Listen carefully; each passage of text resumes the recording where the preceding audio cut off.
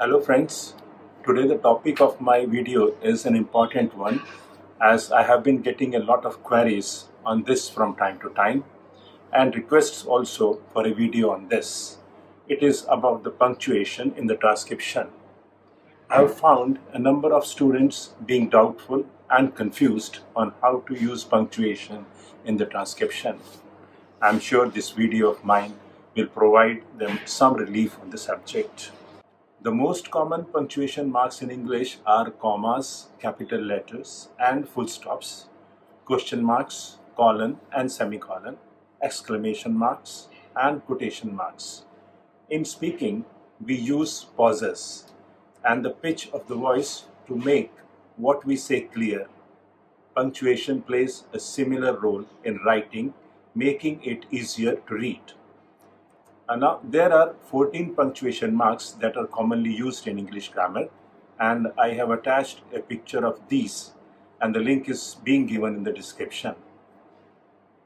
Commas and full stops are also known as periods, are the most frequently used punctuation marks. Commas customarily indicate a brief pause. They are not as final as full stops. Now, since punctuation is a very important part of English grammar, we all should be aware of it and keep on noticing its application by exhaustive reading. There are rules of every punctuation which can be searched through Google and can be learned. Every stenographer should know the application of these punctuations to become a real professional. In some cases, the use of punctuation changes the meaning itself and becomes more important and necessary, especially in judicial proceedings and judgments. Now, coming to stenography exams, the important punctuation which is considered as error is the full stop and the capital letter after that.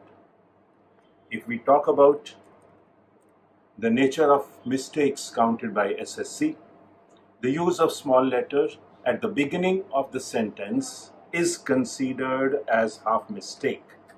It means if we put a full stop but do not start the next sentence by a capital letter, that would be a half mistake. It also states that candidates are not penalized for any type of errors or mistakes other than those described therein.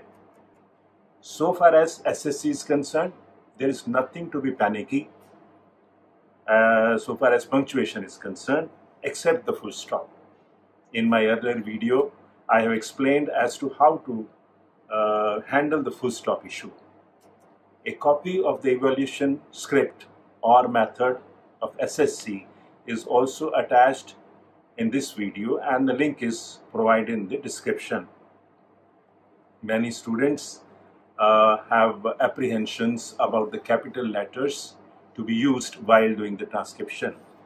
Let me say that they do not confuse themselves and do not struck up themselves for this reason. Please use capital letters only in the case of nouns and proper nouns, like the names of places and countries, etc., and proper nouns like names of people. Also, please do not worry much about the spellings of any typical name if you come across. Write it to the best of your knowledge. Moreover, please do not worry at all about the capital letters of certain words, as that would not be counted as error by SSC. So you need to take care of full stops only as far as the punctuation is concerned. I would expect all candidates to go through the evaluation script or sheet of SSC and understand it to avoid any confusion. This is available at the SSC site at ssc.nic.in, and a screenshot is being given as an attachment, and the link is provided in the description. So far as the other exams are concerned, it all depends upon the specific method of checking by the concerned authority. For those exams, please put punctuation marks wherever you are able to clearly identify. But instead of putting wrong punctuation, it is better not to put it. My advice to you is, for other exams, just read a few passages from any magazine and notice the punctuation used, like question marks, exclamation marks, commas, essential commas, etc. You will be easily able to identify such cases and do whatever is possible without any stress of any sort. Now, the punctuations like essential commas, quote unquote, question marks, exclamation mark, etc.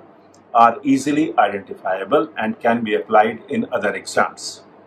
A few examples of words after which comma is required, and those which require comma before and after is also being given as an attachment, and the link is provided in the description.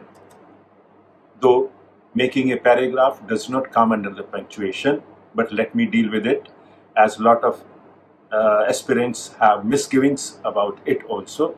There is nothing mandatory to make para, though normally it is done in the beginning and when there is a change in the subject or when the matter states, now I come to, like this.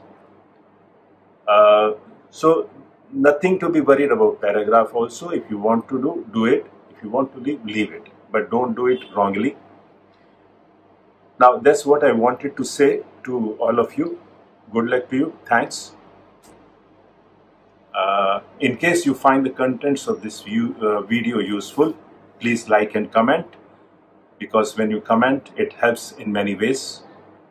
Those who have not subscribed may subscribe to get future videos.